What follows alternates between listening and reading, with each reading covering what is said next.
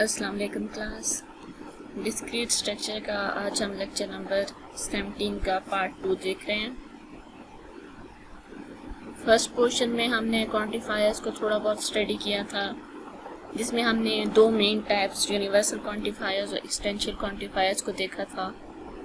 हमने उनके सैम्पल्स, उन्हें रीड कैसे करते हैं, उन्हें यूज़ कैसे करते हैं, क्वांटिफायर्स में हम किस तरह से अपनी एक्सप्रेशन को प्रोपोजिशन बनाते हैं, बाइंडिंग वेरिएबल्स और फ्री वेरिएबल्स में क्या डिफरेंस है, ये चीज़ें हमने स्टडी की हैं। आज हम नेक्स्ट स्लाइड देखते हैं। नेक्स्ट स्लाइड हमारे पास है लॉजिकल इक्विवेलेंसेस इन्वॉल्विंग क्वांटिफायर्स। लॉजिकल इक्विवेलेंसेस हम पहले ही पढ़ चुके हैं कि जब भी कोई दो एक्सप्रेशंस सेम किस्म का रिजल्ट देते हैं तो उन्हें हम कहते हैं कि ये लॉजिकल इक्विवेलेंट है। इक्वल नहीं, लॉजिकली इक्विवेलेंट है, यानी एक जैसे हैं। जैसे हमने पीछे भी देखा था कि हमारे पास जैसे बहुत सारे हमने लॉज देखे थे, जिसमें हमने कम्यूटेटिव लॉ देखा था, P and Q equals to Q and P देखा था। दोनों के रिजल्ट हमारे पास सेम आते थे, तो हम कहते थे कि ये लॉजिकली इक्विवेलेंट हैं। इसके अलावा कोई ऐसी टर्म जो हमें फर्स्ट पे ट्रू, सेकंड पे फॉल्स दे रही है, जितने भी हमारे पास ऐसी एक्सप्रेशंस हैं जो ट्रू और फॉल्स दे रही हैं, जैसे मतलब पहली टर्म पे ट्रू है तो सबका ट्रू है, तो हम कहेंगे कि ये लॉजिकली इक्विवेलेंट है।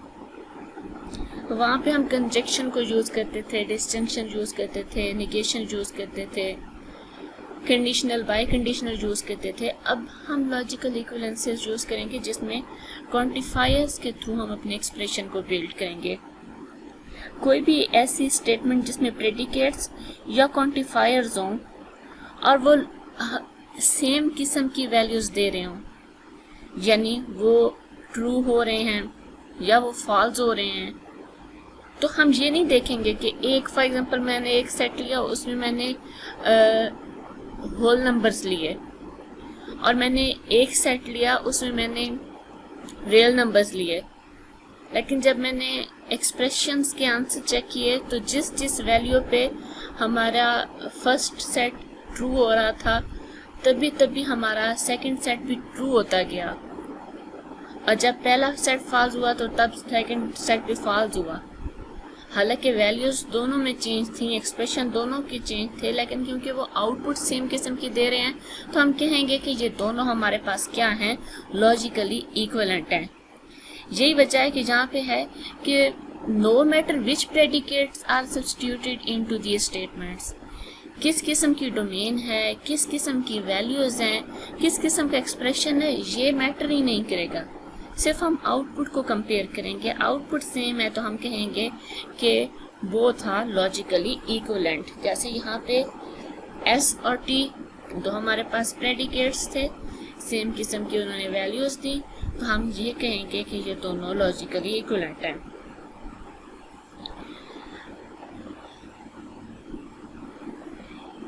इसके बाद है निगेटिंग क्वांटिफाइड एक्सप्रेशंस, यानी कोई क्वांटिफाइड एक्सप्रेशन है तो उसे हम निगेट कैसे करेंगे। जैसे हम P को निगेट करते थे, निगेशन ऑफ P ट्रू होता था तो निगेशन ऑफ P फॉल्स होता था, P फॉल्स होता था तो निगेशन ऑफ P ट्रू होता था। इसी तरह से हमारे पास कोई भी एक्सप्रेशन जो ट्रू होगा उसे जब हम निगेट करेंगे तो वो फॉल्स आंसर देने लग जाएगा। We will often want to consider the negation of quantified expression. For instance consider the negation of statement. यहाँ पे मैंने एक स्टेटमेंट लगाई है, every student in your class has taken a course in calculus.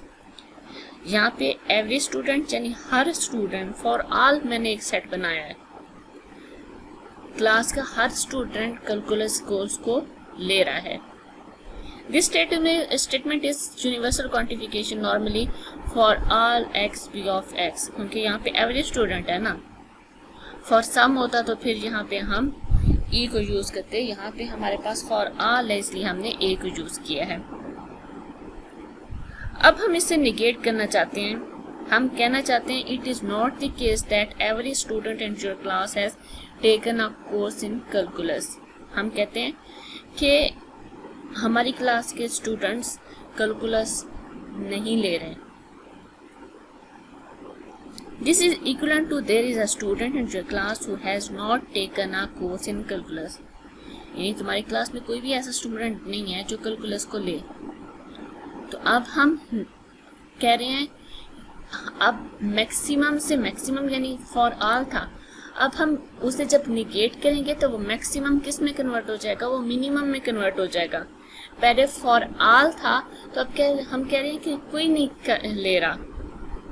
तो जब हम ऐसे एक्सप्रेशन को जिसमें ऑल होगा उसे निगेट करेंगे तो वो हमारे पास क्या कन्वर्ट हो जाएगा, ऑल हमारे पास एक्सटेंशियल में कन्वर्ट हो जाएगा, ए हमारे पास ई में कन्वर्ट हो जाएगा। और इसी तरह से पी ऑफ एक्स है तो ये हमारे पास negation of P of X आ जाएगा। इस तरह से हमने निगेट कर दिया है कि हमारे पास प्रेडिकेट जो था वो निगेट हो गया है। और इसी तरह से अगर हमारे पास एक्सप्रेशन इस तरह से होता कि यहाँ पे ई होता, उसे जब हम निगेट करते तो वो ई कन्वर्ट हो जाता ए के अंदर। ठीक है, तो ये चीज़ आपने याद रखनी है। यहाँ पे देखिए मैंने एग्जांपल भी दिया है कि अगर मैं निगेट करना चाह रही हूँ ई of x on predicate Q of x पे, तो ये हमारे पास ई कन्वर्ट हो जाएगा ए में, और यहाँ पे हमारे पास इस प्रेडिकेट के साथ निगेशन आ जाएगी। जब भी इस टाइप का क्वेश्चन आ जाए, ये सारी स्टेटमेंट्स या एग्जांपल या जितने भी पॉइंट्स हैं आपको सिर्फ समझाने के लिए थे। आपने इतना याद रखना है, जब आप इस तरह की स्टेटमेंट को निगेट करेंगे यानी इस स्टेटमेंट के साथ निगेशन आ गया तो ये ए ई में कन्वर्ट हो जाएगा और हमारा पी ऑफ एक्स के साथ निगेशन आ जाएगी। और इसी तरह से जब हमारे पास ई के साथ निगेशन होगी तो वो ई ए में कन्वर्ट हो जाएगा और हमारे सेट के साथ निगेशन आ जाएगी। जी, यहाँ नेक्स्ट स्लाइड में इसी तरह से इन्होंने अपने इसी पॉइंट को क्लियर किया है कि निगेशन कब ट्रू और निगेशन कब फॉल्स होगी। सही है, हम कहते हैं जब हम ई का निगेशन लेंगे तो हमारे पास ई के निगेशन पे जब हमारा हर एलिमेंट, इनपुट का हर एलिमेंट फॉल्स होगा तो निगेशन ट्रू होगी। हर एलिमेंट 5 है तो 5 के 5 फॉल्स हों।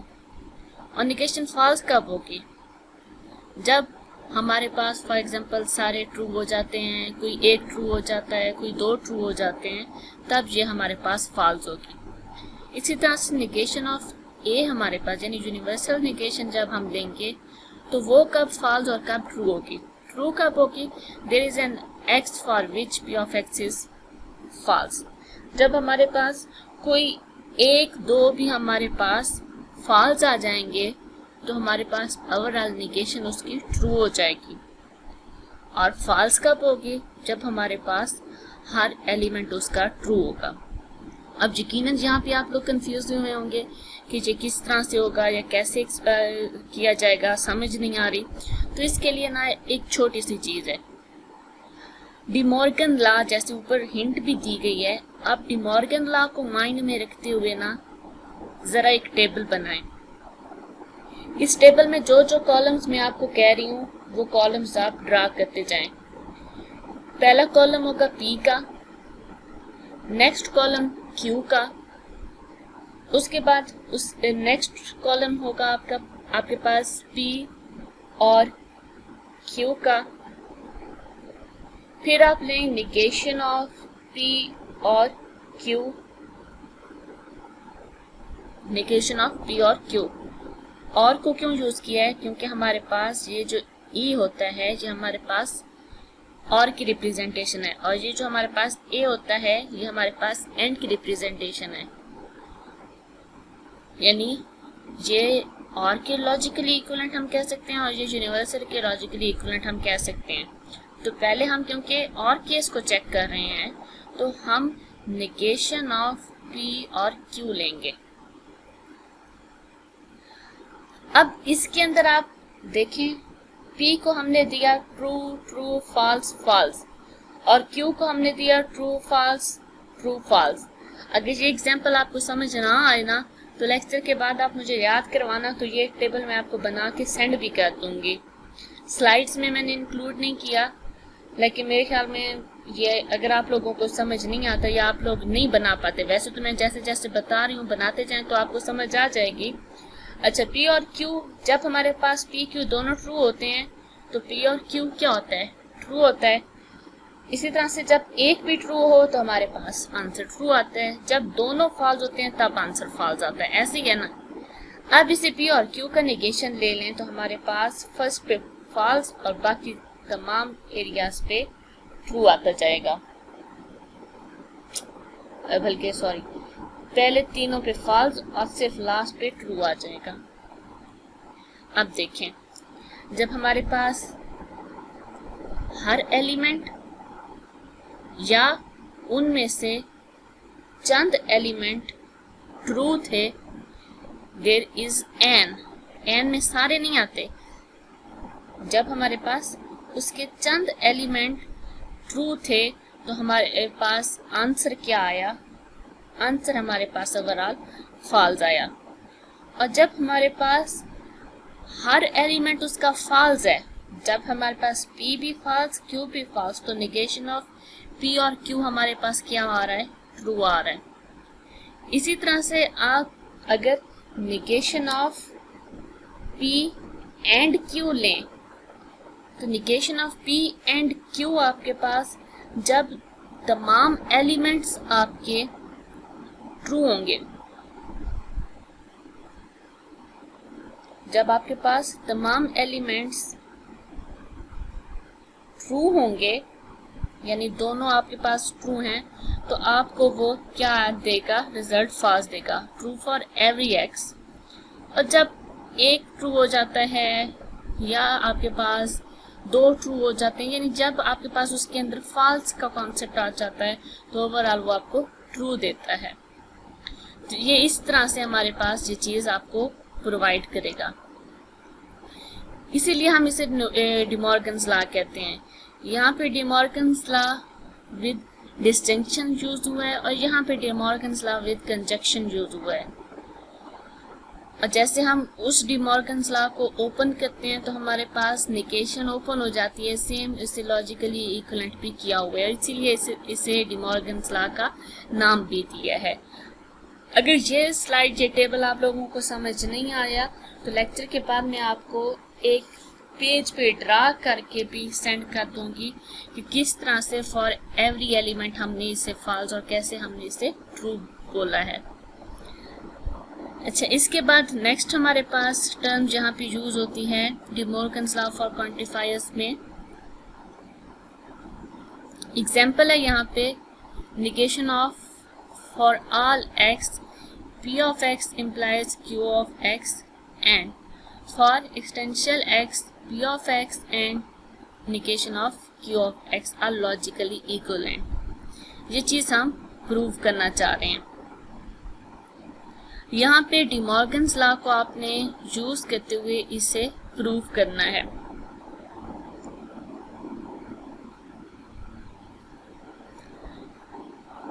यहाँ पे हमारे पास यूनिवर्सल क्वांटिफायर पे हमने निगेशन को इम्प्लीमेंट किया है।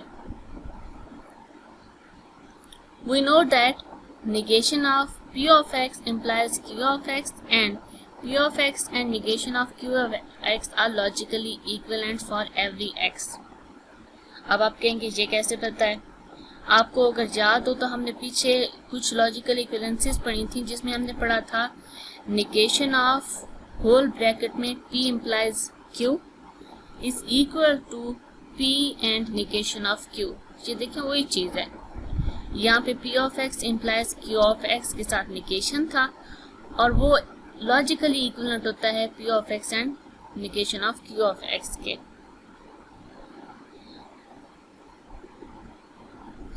इसी चीज़ को माइंड में रखते हुए अगर हम ये देखें कि हमने फॉर ऑल एक्स ये चीज़ इम्प्लीमेंट करनी है तो फॉर ऑल आपके पास चेंज कैसे हो जाता है?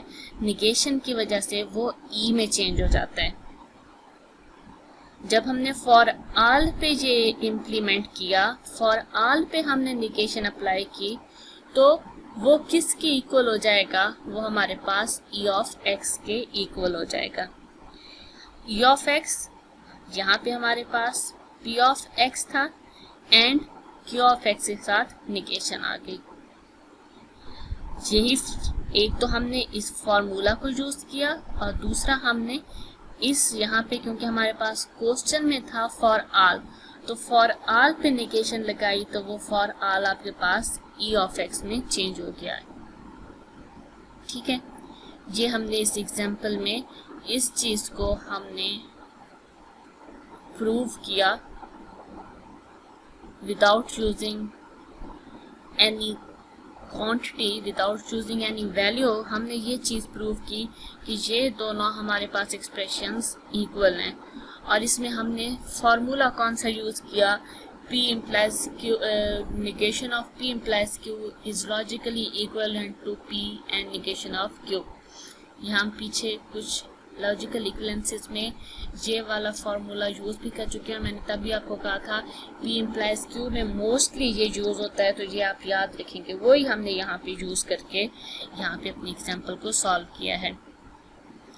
इसके बाद हमारे पास है translating from English into logical expression. आपके पास इंग्लिश सेंटेंस होगा, आप उसे किस तरह से लॉजिकल एक्सप्रेशन में कन्वर्ट करेंगे। Every student in this class has studied calculus using predicate and quantifier.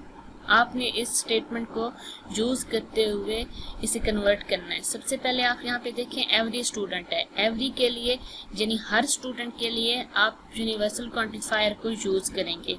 In this class has studied calculus, हम कहेंगे for every student x in this class has studied calculus. अब इसे जब हम convert करेंगे, first we write this statement we can clearly appropriate the quantifiers. ये steps वैसे आपके पास क्वेश्चन अगर पेपर में आता है तो आपको ये चीज़ें करने की जरूरत नहीं है, आप डायरेक्ट उसका एक्सप्रेशन बना के लिख सकते हैं। लेकिन आपको समझाने के लिए यहाँ पे मैंने ये स्टेप्स लिखे हैं कि सबसे पहले आप यहाँ पे कहें for every student in this class that has studied calculus. उसी सेंटेंस को थोड़ा सा मैंने खोल के लिखा है। फिर इसी तरह से यहाँ पे हम for every student x in class x has studied calculus बोल दिया। सेंटेंस वही है, सिर्फ हम उसके अंदर एक्स को लेके आ रहे हैं कि वो स्टूडेंट्स जिन्हें एक्सप्रेशन से डायरेक्टली समझ नहीं आता कि एक्स कहाँ पे लगाना है, तो उनके लिए मैंने यहाँ पे बताया कि हम एवरी स्टूडेंट पे, क्योंकि स्टूडेंट पे बात हो रही है, तो उस स्टूडेंट को हम एक्स कहेंगे कि वो हमारे पास हर इस क्लास में एक्स स्टूडेंट्स हैं और हर स्टूडेंट हमारे पास कैलकुलस सब्जेक्ट को ले रहा है। अब हम इसकी मदद से सबसे पहले तो प्रेडिकेट आप कोई भी लगा सकते हैं, जैसे यहाँ पे सी ऑफ एक्स है क्योंकि कैलकुलस सब्जेक्ट के लिए यहाँ पे सी ऑफ एक्स यहाँ पे लिखा गया है, या हम क्लास के लिए भी सी ऑफ एक्स कह सकते हैं। लेकिन आप यहाँ पे P of x, Q of x कुछ भी कह सकते हैं। आंसर सिर्फ इसका क्या है? आंसर इसका सिर्फ छोटा सा है। फॉर एवरी स्टूडेंट के लिए हमने ए ऑफ एक्स लिखा और प्रेडिकेट हमारा फंक्शन कौन सा था? सी ऑफ एक्स। इतनी सी चीज थी। ये दरमियान की स्टेटमेंट्स अगर आप लोगों ने स्किप भी कर दी हैं तो आपके पास जब इस ऐसी स्टेटमेंट आएगी ना, every student in this class has studied calculus for every student, student की बात हो रही है। हमने जैसे पीछे पढ़ा था कि हमारे पास स्टेटमेंट में एक सब्जेक्ट होता है और प्रेडिकेट होता है। सब्जेक्ट को हम एक्स लेते हैं, तो यहाँ पे सब्जेक्ट क्या है, किसके ऊपर ये पूरी स्टेटमेंट डिपेंड हो रही है? स्टूडेंट है। तो हम कहेंगे कि student is equals to x, और एवरी स्टूडेंट है तो हम कहेंगे फॉर ऑल एक्स। और फिर यहाँ पे हमारा वो प्रेडिकेट, जैसे हम पी ऑफ एक्स भी कह सकते हैं, क्यू ऑफ एक्स भी आप लिख सकते हैं, सी ऑफ एक्स भी लिख सकते हैं। यहाँ पे आप कोई भी वर्ड यूज, कोई भी कैरेक्टर यूज कर सकते हैं। यहाँ पे अगर आपके पास स्टेटमेंट ऐसे होती for an student in this class, for an student या फॉर वन स्टूडेंट या फॉर सम स्टूडेंट्स, तो तब आप यहाँ पे क्या करते हैं? यहाँ पे ऑल की जगह पे आप ई क्वांटिफायर को यूज करते हैं। यहाँ पे एक और स्टेटमेंट है some student in this class has visited Mexico. अब यहाँ पे देखें, इसी तरह से एक क्लास है, क्लास प्रेडिकेट आप C of X, M of X या किसी भी तरह से ले सकते हैं। और यहाँ पे कितने स्टूडेंट्स की बात की गई है, क्लास के हर बच्चा नहीं, क्लास के चंद बच्चों की बात की गई है। तो इसे आप रिप्रेजेंट किस तरह से करेंगे? इसे रिप्रेजेंट करने के लिए आप बाकी सारा आपको कंफ्यूज कर सकते हैं, तो मैं सिर्फ आपको डायरेक्ट आंसर बता रही हूँ। सम स्टूडेंट के लिए हमने ई ऑफ एक्स लिखा और दिस क्लास विजिटेड मैक्सिको, तो हमने यहाँ पे मैक्सिको के लिए एम ऑफ एक्स लिख दिया। सही है। जब भी आपके पास सब्जेक्ट होगा, सब्जेक्ट के साथ आप देखेंगे सम टाइप का वर्ड है या एन टाइप का वर्ड है, यानी जो मिनिमम को शो करेगा, तो वहाँ पे आप ई ऑफ एक्स को यूज़ करेंगे, ई क्वांटिफायर को। और जहाँ पे आपके पास ऑल की बात होगी तो वहाँ पे आप यूनिवर्सल क्वांटिफायर को यूज़ करेंगे।